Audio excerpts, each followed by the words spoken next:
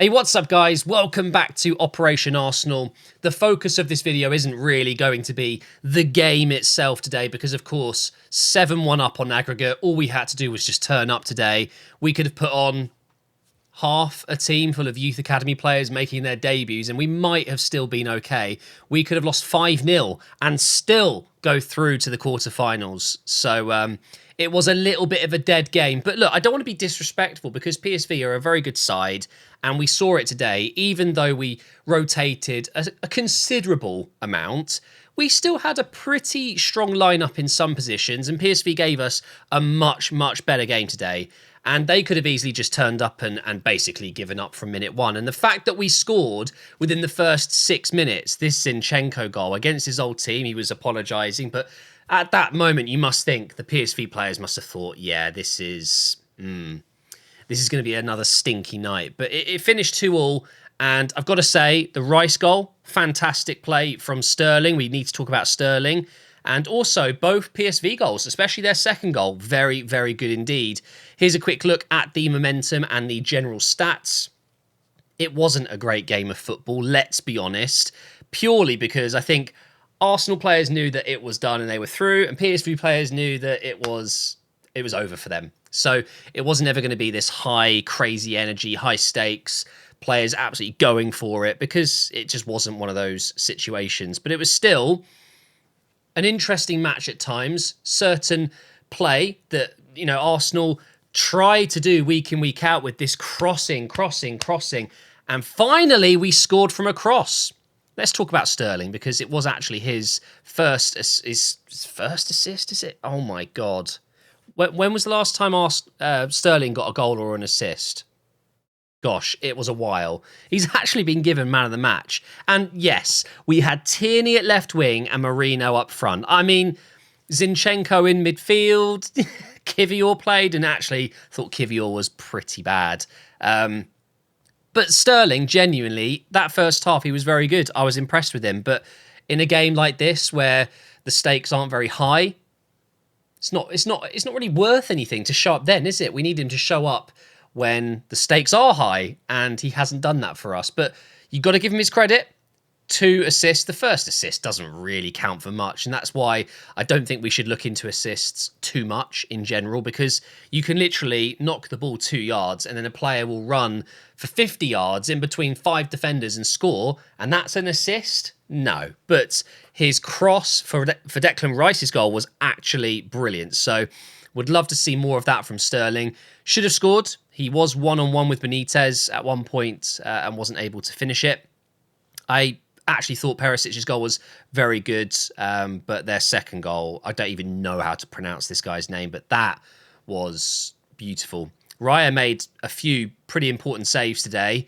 What did we think of Ben White as well? Very clearly, you know, not back to full sharpness yet. He looked a little bit off at times, I thought.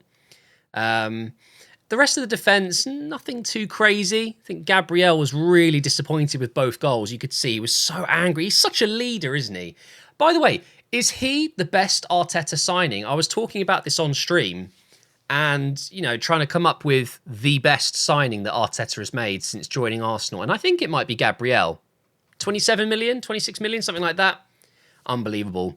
Rice, as always, just constantly putting in 7s, 8s. Just such a reliable, consistent player. Jorginho didn't really do anything today.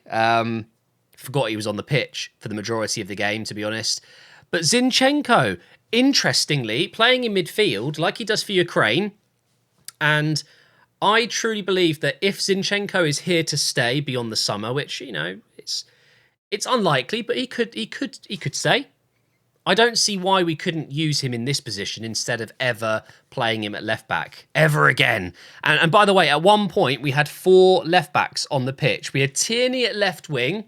We had Lewis Skelly at left back, or kind of moving into midfield. We had Calafiori in there, and we had Zinchenko. 4 left backs on the pitch. That is how bad this injury crisis has been. It's gotten pretty bad to have 4 left backs.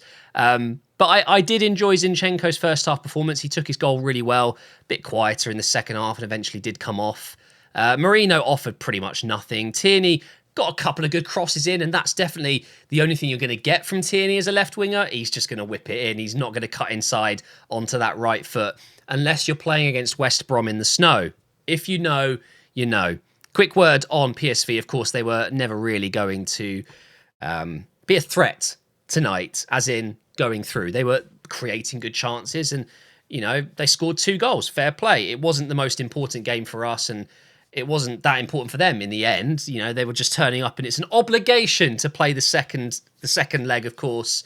And I thought they did a much better job today. There's a couple of players in there that I do really like.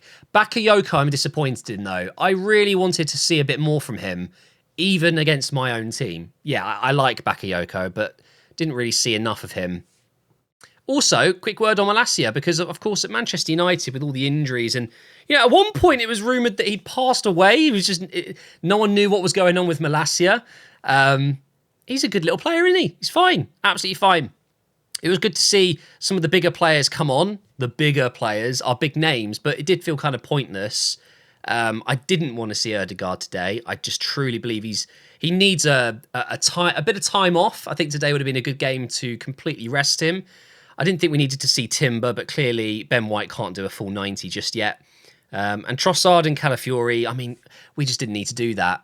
I would have liked to have seen, like, for example, why didn't maybe Kabia come on, or Butler or Yadeji? Maybe we could have seen one of those two. That would have been pretty nice.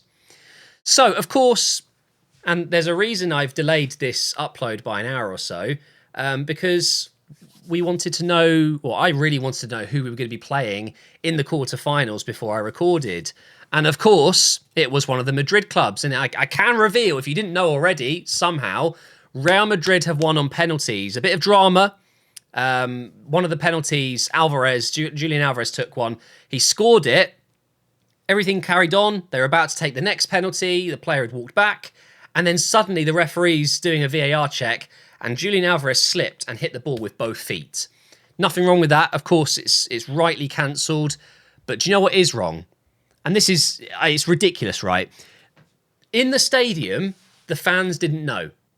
Now, the Real Madrid fans maybe were aware of it more so because they wouldn't have been celebrating at that moment. They would have been looking at the pitch and seeing what was going on. But if you're an Atletico Madrid fan and you're turning to your loved ones, celebrating that penalty going in, and you don't look at the pitch and see what's going on and the commotion just for a brief 10, 15 seconds or so, the goal was ruled out, but there was no announcement. There was nothing. So a lot of the fans wouldn't have even known, and I think that is disgraceful. So, whilst I'm all for VAR doing its job, because that's what it's been brought in to do, in moments like that, there needs to be an announcement. Atletico Madrid, penalty, cancelled, Alvarez hit the ball with both feet.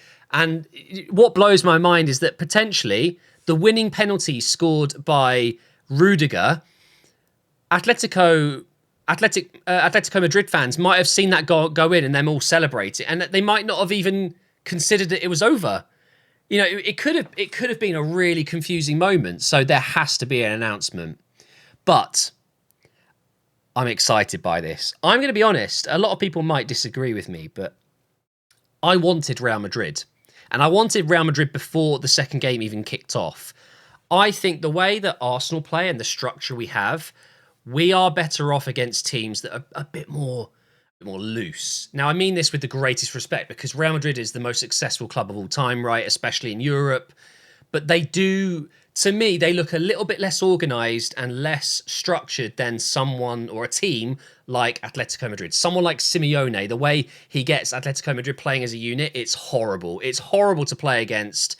And I think we'd be in for an absolute nightmare of a tie.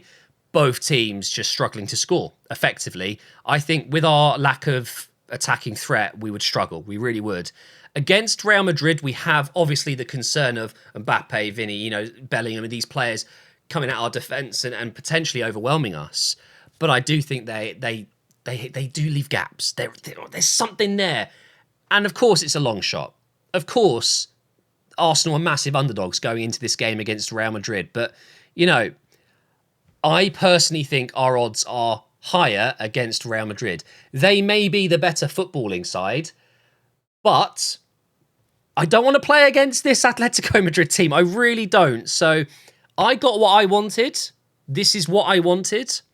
And maybe I'll look back and think, what was I thinking? Of course, you should avoid Real Madrid on their day. They're the best team in the world. But I do genuinely look at their team and I see a potential where we could potentially exploit them, potentially.